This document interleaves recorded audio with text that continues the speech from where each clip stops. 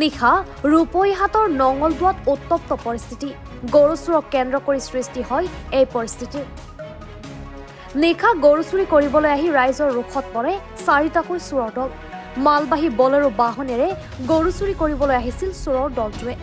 AS12BC 3706 নম্বৰৰ বলেৰো বাহনৰ পৰা ৰাইজে উদ্ধাৰ কৰে এটা গৰুৰ লগতে জব্দ কৰে AS02AF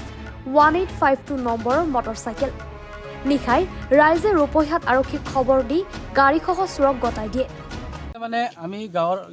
আমাৰ গাঁৱৰ মাজত মানে এজন ঘৰৰ পৰা মানুহ চিঞৰি আহিছিলে যে চোৰ আহিছে তেনেকৈ চিঞৰি আছিলে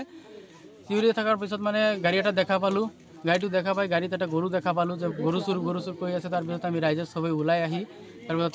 গৰু চুৰৰ দলকেইটাক কৰায়ত্ব কৰিছোঁ কৰায়ত্ব কৰি আমি ৰাইজে সবেই মিলি ৰূপৈ থানাত গতাই দিছোঁ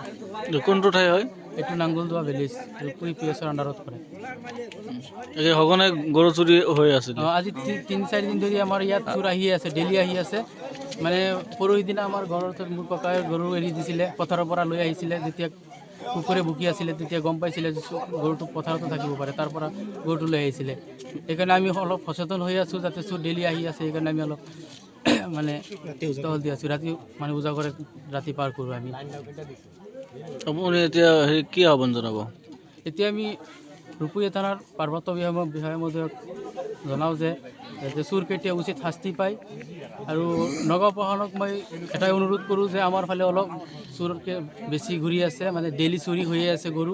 গতিকে এই বস্তুটো অলপ গুৰুত্ব দিব লাগে আমাৰ পুলিচ প্ৰশাসনে ৰাতি 1টাৰ পিছত মানুহৰ চিঞৰি আছে পিছত আমি আহি দেখা পালোঁ যে ইয়াত গাড়ী এটা ৰখি আছে গাড়ীৰ ভিতৰত গৰু এটা আছে হাড় গৰু আছে আমি ৰাইজে ধৰি পেলাই আমি আৰক্ষীক গতাই দিলোঁ কোনটো থানাত গতাইছে এই ৰূপৈ থানাত গতাই দিলোঁ কোনটো ঠাই হয় এইটো গাঁও নাঙ্গলদোৱা হয় নাঙ্গলদোৱা সঘনাই মানে কি চুৰি হৈ আছে মানে গোটেই দিনতো হৈ আছে গোটেই ৰাতি হৈ আছে যোৱা ৰাতি হৈছিলে পথাৰত গৰু এটা পাইছোঁ কুকুৰে ভুগি আছে পিছত আমি গৰু গৈ পেলাই পথাৰত গৰু এটা পাইছোঁ এইটো আমাৰ আজিও চোৰকেইটা আহিছে আজি আহাত মানে আমি ডাইৰেক্ট গাড়ীত পাইছোঁ এটা হাড় গৰু পাইছোঁ কেইজন মানুহ আছিলে 4জন আছিলে কি গাড়ী আছিলে বলেৰো পিকআপ আৰু এটা বাইক লৈ পিছত আহিছে মানে তেখেতক সহায় কৰিবৰ কাৰণে আহিছে তাৰপিছত আৰক্ষীয়ে লৈ গ'ল